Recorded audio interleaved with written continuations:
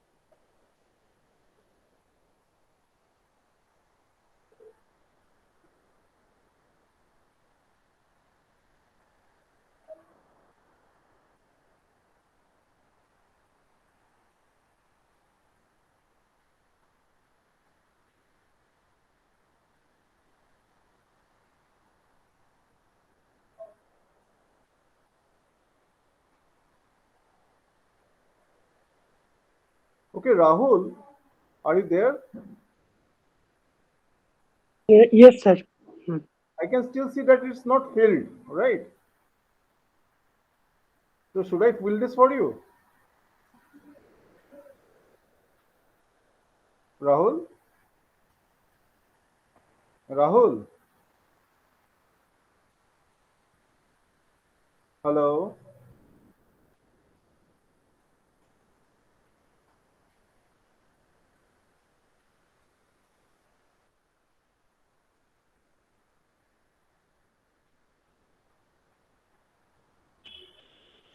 Yeah.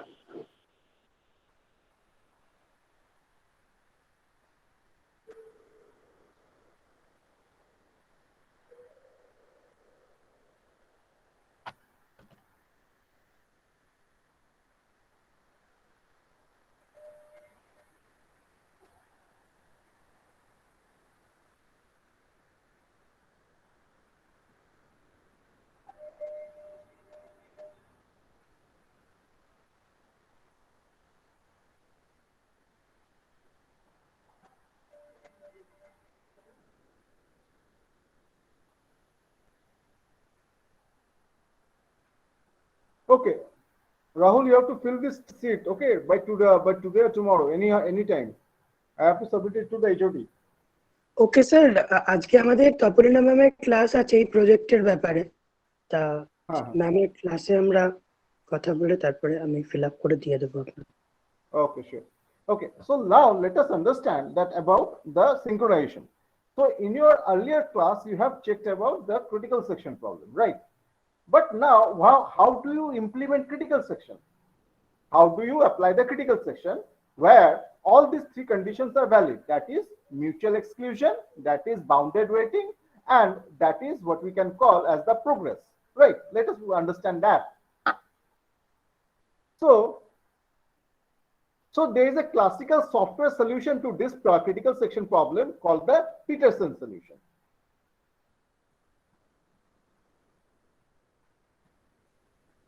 So what does this Peterson solution say? It's a classic software-based solution to the critical section problem. So it means that you can directly code it in C, C++, Java in any language. So what does the critical section problem states? That the Peterson solution is restricted to two processes. Means the one of the means this limitation of the Peterson solution is that there are only two processes that alternate execution between their critical section and remainder section. So you see that let us understand this one, this code first. So there is the do part and there is a how do, there is a do while do. And this is the critical section where you update the counter variable or any other shared variable. There is an entry section and then there is an exit section. And between this entry and exit section, the critical section lies. After the exit section is over, the remainder section comes into play. So in here, we come into this condition that a Peterson solution is restricted to two processes that alternate the execution between their critical sections and basically their remainder section. So basically after the critical section is over, then they come into the remainder section. Okay, and this loop goes on and over. So let us take the how to implement the critical section using a C code. So they, let us say there are two processes P0 and P1 and they share the same variables, right? There are two shared variables. Now in turn, this is a single variable. This is a single variable, that is integer ton. And then there is a Boolean variable, that is there are Boolean array which contains only two values, that is 0 and 1, flag 0 and flag 1. Flag 0 represents process 0, flag 1 represents process 2, or sorry, process P1. So there are two processes. P0 is represented by flag 0, P1 is represented by flag 1. So the variable turn indicates whose turn it is to enter the critical section. This is a very, very important variable. Now turn is very important because this is a single variable, and it is a very important variable because this is the variable which basically allows only one process to execute in its critical section. That is, if turn equal to I, means if the turn value is 0, then process P0 is allowed to execute in its critical section. If turn variable is equal to 1, then process P1 is allowed to execute in its critical section. So the flag array is used to indicate if a process is ready to enter its critical section. So if both processes are ready to enter its critical section, so flag, if the processes are what? P0, and the second process is what? P1. So if both processes are ready to enter their critical section, so what it will do? It will do, if P0, flag 0 will become positive or true. For P1, flag 1 will become positive or true or 1, whatever the value is. So if flag I is true, then this value indicates that Pi is ready to enter its critical section. Means flag 0 is true, then P0 is ready to enter its critical section. Now if flag 1 is true, then P1 is ready to enter its critical section. If both are true, flag 0 is also true and flag 1 is also true, then both P0 and P1 are ready to enter its critical section. Now we have to decide which process are going to enter the critical section. Let us understand. So let us say flag 0 is equal to true and this is flag 1 is equal to true. So let us say this is process P0 and this is process P1 and both are ready to enter the critical section. So flag 0 is true, flag 1 is also true. So in this both cases, both are ready to enter the critical section, but only one of them will enter the critical section. Let us see how. Now flag 0 is equal to true, flag 1 equal to true. That means both processes are executing concurrently and they are both ready to enter the critical section. Now in here, the second statement of both these processes are very important. So P0 makes turn equal to 1. Means it allows the second process P1, if you are positive, you can enter the critical section. Same thing happens with P1. It makes turn equal to 0. That means it is now it is allowing P0 to enter its critical section. Okay, this is very important statement. Means okay, it's your turn now. Means pehle aap, something type. So P0, while it is ready to enter the critical section, it is allowing P1 to enter. Process P1, while it is in its it is also ready to enter the critical section because flag 1 is equal to true. It is asking if your turn equal to 0, means if process P0 is ready, it can enter the critical section. But simultaneously both cannot be true. So so the turn variable can execute only turn variable can either contain 0 or it can contain 1, but not both. এটা বুঝতে পারলে? Hello. sir. This you all understood? Yes, So sir. turn can be either 0 or 1, but it cannot be both. So either this executes or this executes. Now what happens if basically supposedly flag 0 means turn equal to 0 means it is allowing process P0 to enter. Supposedly flag 0 is also true. So supposedly turn 1 executes first, then turn equal to 0. That means the final value of turn variable is 0. So I make it colored something like, no.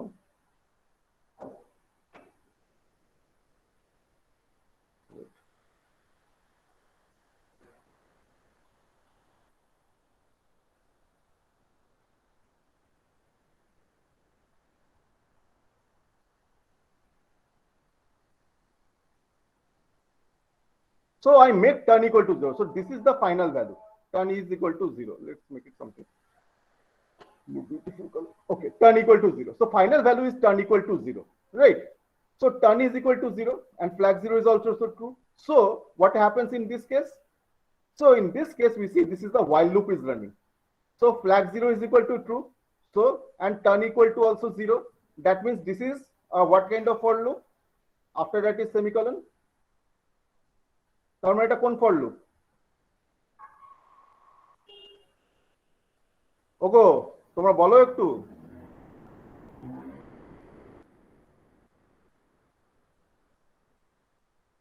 Hello. What kind of for loop it is? What kind of while loop it is? Tripurari, किस तरह का for loop है ये? While loop है। और एक बात देखो। Sir, If flag 0 is equal to true and turn is also equal to 0, what kind of while loop it is? Condition is true. That means it is an infinite while loop.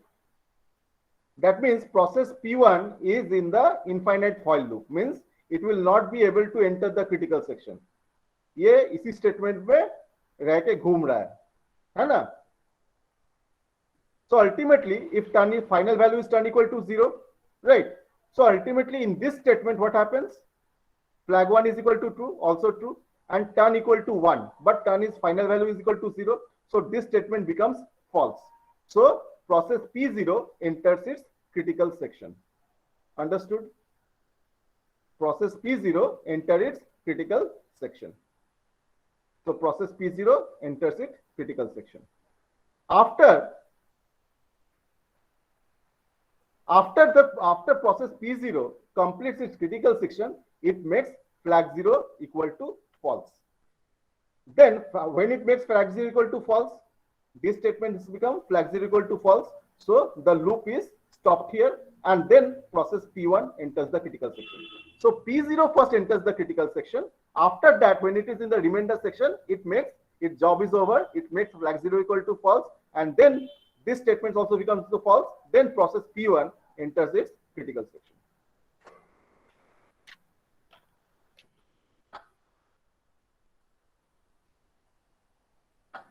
Okay. So at one time, only one process is allowed enter the critical section. This you all understood?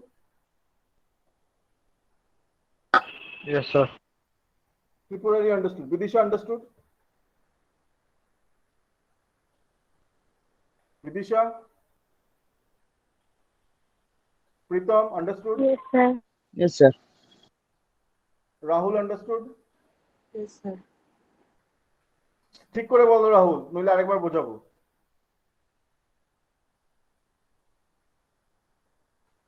Rahul, হ্যাঁ sir are you বুঝেছি। okay, thank you. Sonia, understood? Yes, sir. Sure. If I give you a difficult question in the midterm or in the semester, will you be able to do it? Why difficult? Not difficult, little bit puzzle it will be, small puzzle. Hey, Ritoja, did you understand? Yes, sir. Sure, na? Okay, fine. So now let us understand. So this will go on and on. Process P0 and P1 will go on and on. Okay, now let us go into the second part. So how does it satisfy the three conditions? What are the three conditions of critical section? The first one is mutual exclusion. The second one is bounded waiting, and the third one is progress. What does the what is the progress source? That if no process we are not executing in its critical section, they only can participate in the decision of entering the critical section. And what is the bounded waiting? There is a fixed bound. After that, the process is allowed to enter the critical section. Okay, so let us.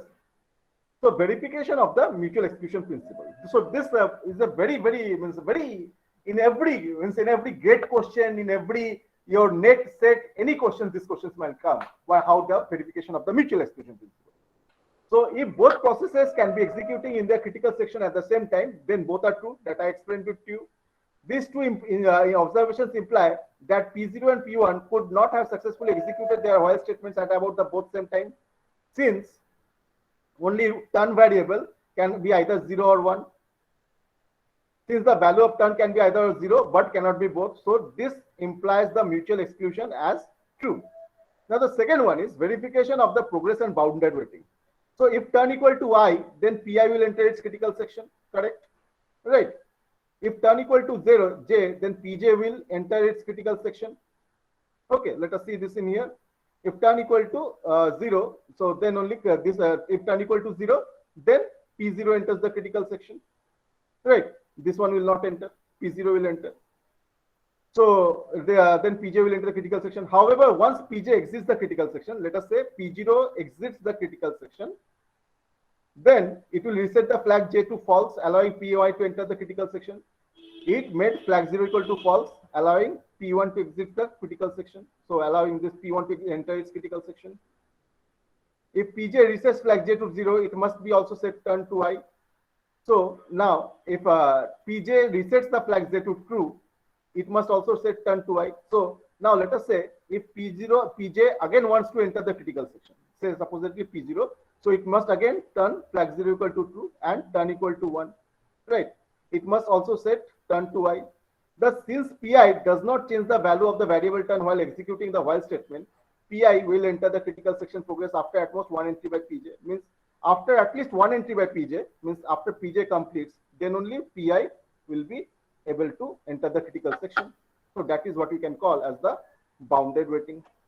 Right. Progress means the decision to enter the critical section will be taken by Pi because it does not change the value of turn while executing the while statement.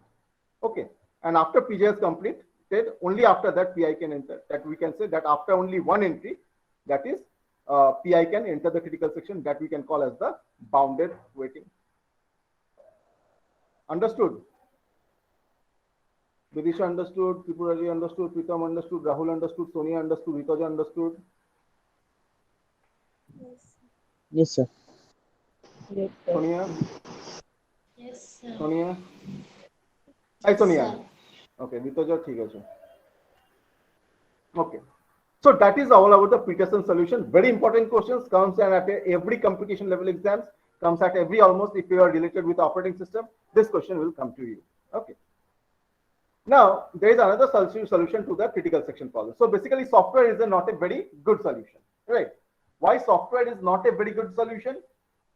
Because the software basically lives in the hard disk. It may temporarily go on and off. These things can happen because of the electricity.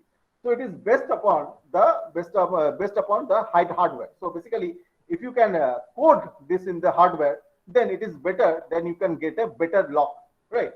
So any solution to the critical section problem requires a simple tool, a lock. So we'll see into different kinds of locks that are there in the operating system. That is, the semaphore are there, mutex locks are there. So these are there in the system. So rest conditions are prevented by requiring critical sections be protected by locks. So this lock is not a simple software lock. This is a hardware lock, right? So what it does, so when a process wants to enter the critical section, it will acquire a lock. When the job of the critical section is over, it will release the lock and then it will go to the remainder section. That is a hardware solution, that is hardware lock solution to the particular critical section problem. বুঝতে পারলে? Yes, sir. Okay, fine. So Yes, we sir. will stop the class in here. So you study this one. I'll give you an assignment today, right? You solve that assignment today. Okay. Okay, sir. Okay, sir. You can give your this roll numbers in here in the chat box.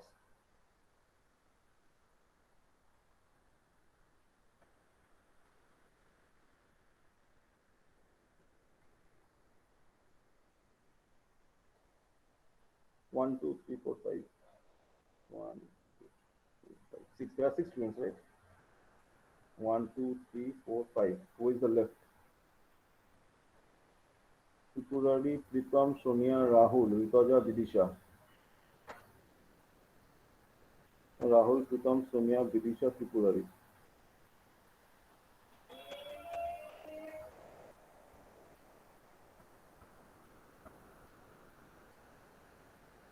Sonia, Sonia दिया sir, Sonia दिया sir. अच्छा 1 time. 1, 2, 3, 4, 5, 6. Okay, fine. Thank you. Thank you, sir. Okay, fine. Thank you, sir. Thank you, sir. Okay.